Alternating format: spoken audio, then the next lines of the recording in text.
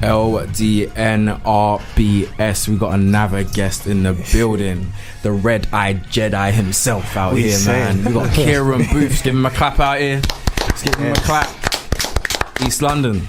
What's going on? For sure. Tell some people about yourselves if they don't know already. Tell some people. Kieron Boothe. I'm from East London, East Ham. 23. We're turning 23. What can I say? I've been making music since I was like year 7. Year 7. Yeah, man. So you one of the spitters? Yeah, man. During school. Battle? Had a tag name. Not really. Couple, but always it's not really written. my thing, man. Yeah. Do you remember the first song that you made? Since it's been from like year 7, I remember the first thing that I done, like how I got into it was basically when I was year 7, there was a performance done by year 11s. They were led by someone called Isaac. They were rapping. It was on rap, so it was positive, and it was just talking about the school or where your form class or whatever. About that. And then he took he said to about 6 or 8 of us.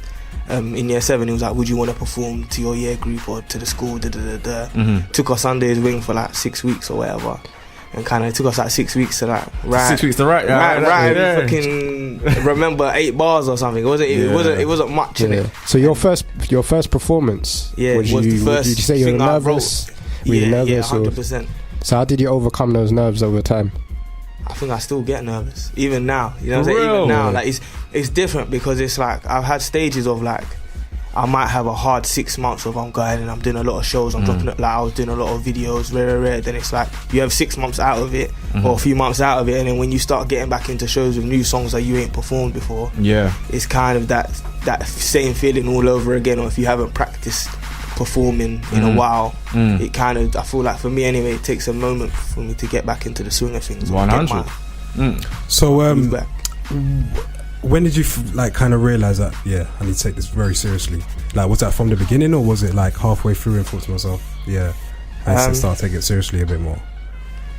I think always at the beginning. Me and Aaron, my friend Aaron London, we kind of we was part of that group that started when we was in year 7. I always see the name Aaron London. I always see his name everywhere. Does he produce? He produces. No, I've heard this. I heard his stuff. Still, big up. So we started. We were same primary school, secondary school, and then when we got to about 13, 14, is when he was really on the producing game and just starting to engineer and all these kind of things. So I said around that time we were serious, trying to drop mixtapes and stuff on MySpace and whatever. MySpace days. From young then. That's what I'm saying. For real. Okay. My tag name was Crazy K. Jeez. And then I dropped that. But and then I went college. 2010. 2010 I went college.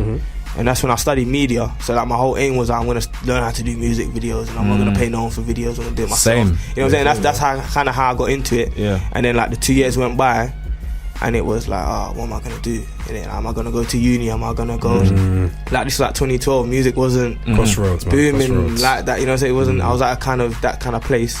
So I stayed on, done an art foundation. In that time, I was kind of connecting with drawing again and all that. So I chose to go to art school. Do graphic design again, to be I'm not gonna ask no one to do my brand, to do anything for me. I'll do that myself. Interesting, you said that too about the art, because I've noticed that a lot of stuff you put out, you do a lot of illustrations alongside of it. Yeah, that's what I'm trying to do a lot more now. That's hella unique, and I like that. That's something that can't change for real, because you can tell there's no one else that can say they're doing that. Exactly. What's the big push of making sure you do an illustration for a lot of the stuff you put out? Just that whole thing of just realizing now, there has to be more than just bars in it, or more than. It's not just I got an illustration as the cover. If I'm doing it myself, and I'm writing the music, and I'm recording the music, or mixing it, or just doing everything myself, it's a little bit. I don't know. I have a little bit more pride. This creates a whole, like you said, no one else is gonna be able to do that. So would you say then, every project that you make is just controlled by you, really and truly? It has that's kind of, I feel like my issue has been a downside in it, because I've worked that way. Like I've been saying to the guys recently, it's now I'm trying to work on another project where I'm bringing in a lot more people, like sick. a team of people, and we have yeah. sessions every week, and it's we can people that don't make music, people that just listen to music, just to throw ideas around and see what they think, because I work so much like in my own box. I'm like, I think this is hard, I know this is hard, I'm just gonna record this. And, like, which I think is cool. It's all good. Me being able to like I know myself. I have, like I said, I'm stuck in my way of working. Yeah. But that can also be a bad thing. Sometimes you have to take a step back and look at a second opinion. Yeah, man. Can I say that? Yeah. Do you think that's crucial to have someone else that doesn't even do music? A lot of people. Yeah, 100%. A lot of people, I was gonna say, actually does things like that anyway. Yeah, I mean, I know some producers, they'll even mix something down and they'll send it to another producer because he's got different ears. He's heard it so many times over and over again. You don't notice. Yeah, you don't notice. Yeah, that's good. That's like, now I'm looking at a lot of the stuff that I've dropped over the last year or 2 years and realising, alright, cool, maybe I could have done it a bit different, or maybe I could have. So it's like now at least I feel like I'm in a place where I'm realising that, and I'm now trying to challenge myself to write better, kind of be better. You can tell with your bars. I've been listening to a lot. I've heard a lot, and I would say you're very introspective with the way you spit, like proper. You can tell you're really thinking about the bars you're trying to portray. Like, would you say, that's one thing I wanted to say to you, do you feel like you're a conscious rapper? Because I know there's one song you even say it, people think I'm conscious. You know, like, before I said something to me, that I found funny, and it's like, what is conscious is being awake, and if you're not conscious, what are you then, innit? That's true, it's actually true, you know? If you're not conscious, really, what are you? He cracked life. A lot of people waking up at home like, oh damn. You know what I'm saying? So I'm just being real, innit? I can't talk about stuff I'm not doing, I'm not living in it. Yeah. And furthermore, half the man living that life, it's not like that 24/7. It's not, you know what I'm saying? Wake up, I'm a gangster. Yeah, bro, it's mad. You know what I mean? So yeah, man, I feel like that's kind of my response to that. I feel like that's. And how do you? Go on. I was gonna say, where can people find your work? So a lot of my stuff is mainly on my SoundCloud, Kieron_Boothe. We've got the Bandcamp as well, the Suave Society. If you just type that in Google, it will be the first link that comes up. On my YouTube now, like, we've got a lot of stuff on my own YouTube channel, but we're building the Suave Society channel this year, and just we've got everyone in the house. We've got Grafter there, well, not everyone, but we've got Loops there, got my little brother there. Yeah, I can see the resemblance, real talk. Like, damn. But yeah, you just said Suave Society. Tell us about that. So the Suave Society, there's me, Grafter, Loops, Dubs D, Ghosty. Listen, Dubs D too. This guy's got bars. Yeah. Like, everyone, I feel like this year is everyone's time, and we're really trying to come together and just push it. A project? So hopefully, that's what we're working towards. Give us an exclusive, man. We're working towards it. They're there. We're working towards it still.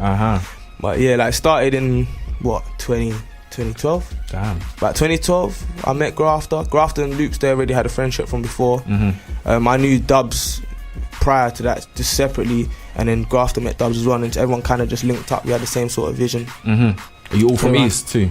Nah, Loops is from North. Oh, okay. Yeah, Loops is from North, but the rest of us are from East, yeah. And what do you reckon, because obviously everyone will say, even people that might be new to Suave Society, they might say, oh, there's loads of groups around. Yeah, what do you reckon makes you look different? Like, it's not even a boy band or group or anything like this. Mad thing, you said boy band. No, we're trying to be more in terms of, it's more like a movement or a label as such. It's just like an umbrella that we're all unified and putting our stuff out. It's saying if imagine 5-6 people all kind of at the forefront of hip hop in the UK, if they were all under one umbrella, you know what I'm saying, how big that could be.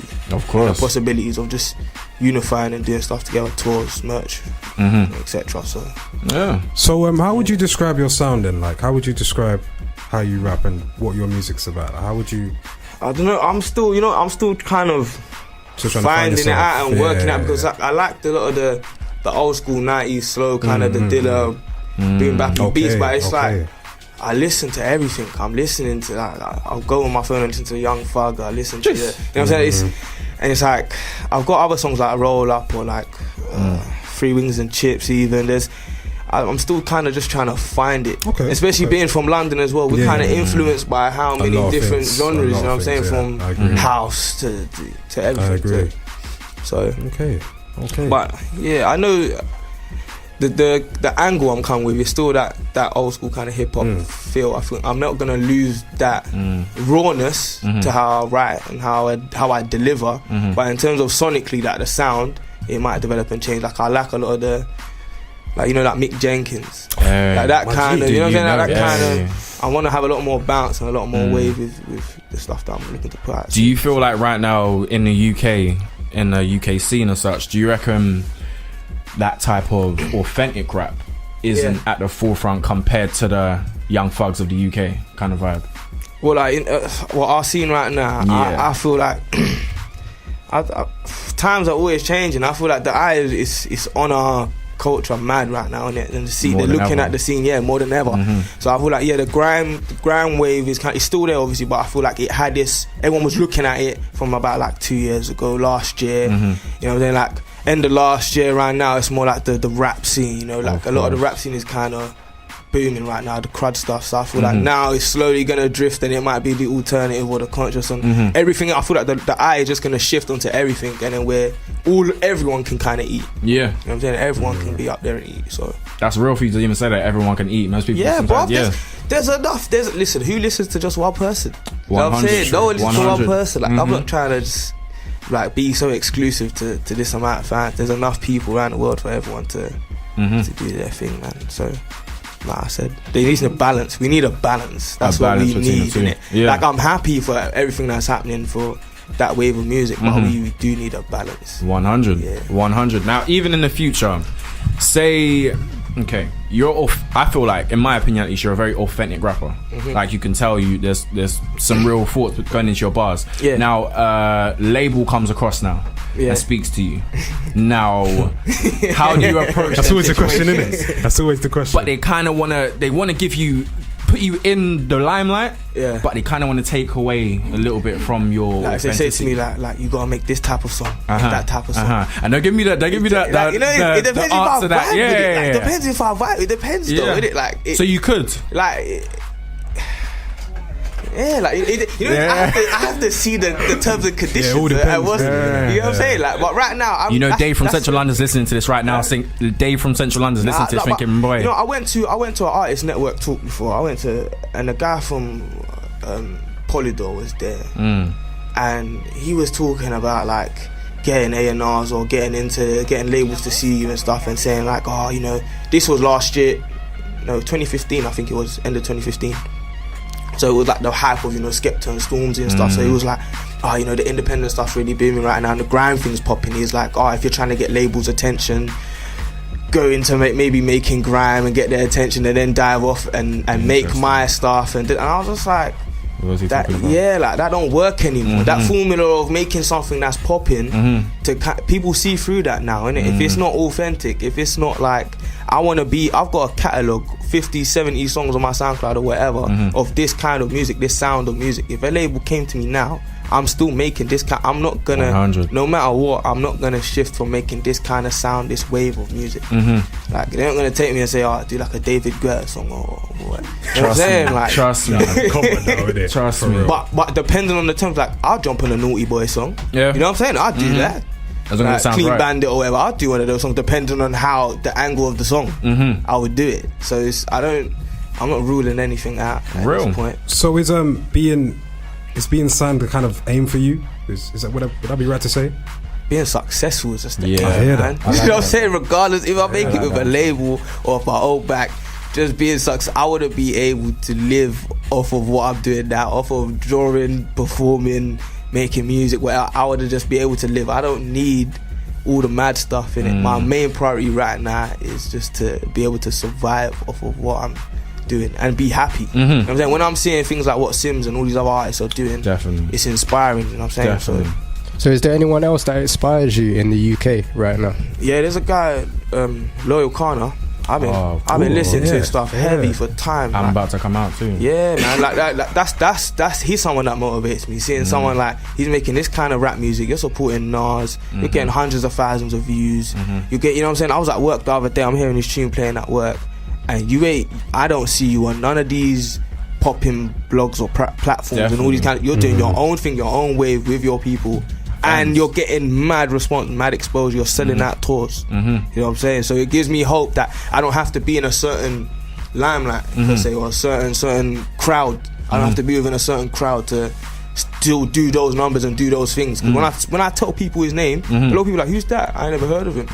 But it's like, yo, he's the numbers don't lie. He's doing his thing. He's got his deal. He's dropping his album. He's, you know what I'm saying? Like I said, I'm hearing your tune at work. You're definitely getting some peace for that. And I feel like he forced people to listen. Yeah. That's one thing I think Loyal Condom definitely did. He forced people to listen.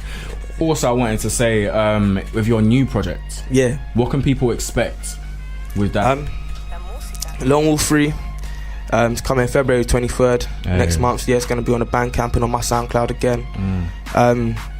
Just more bars, man, more bars. And I feel like this tape's a lot more polished. I think in terms of sound, it's still a lot more. I'm throughout the course of the Lone Wolf tapes, I could drop the first one last February when I turned 22. The second one 6 months after that, August 23rd. And which the intro of the second one, that's one tune that 24 hours. I think I told you. Loops and Grafter. Live. That's one song I have on loop for sure. Is there visuals for that as well? Well, on the Lone Wolf one, I've dropped 2 a.m. and there's a Going In there on YouTube. On the Lone Wolf and Friends, I dropped Do My Thing, that's out. I've recently just dropped When I Die, that's from the first Lone Wolf. But I'm kind of just in the process of now, like, we've got a team with people that we're working with, that we're filming with.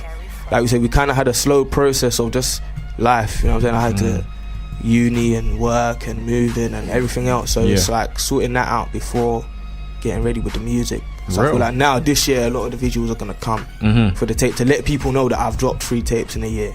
I think a lot of people don't realize. Know, So have you got your own idea of what you want the visuals to look like, or does someone come in and directs it for you?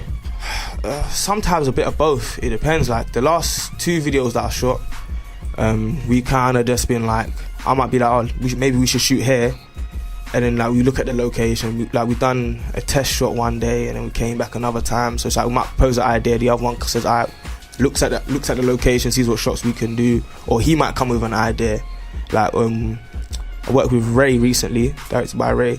He's very sick. He's very good as well. But I might send him a song with no plan, and he'll hit me up with a treatment and be like, "Alright, cool.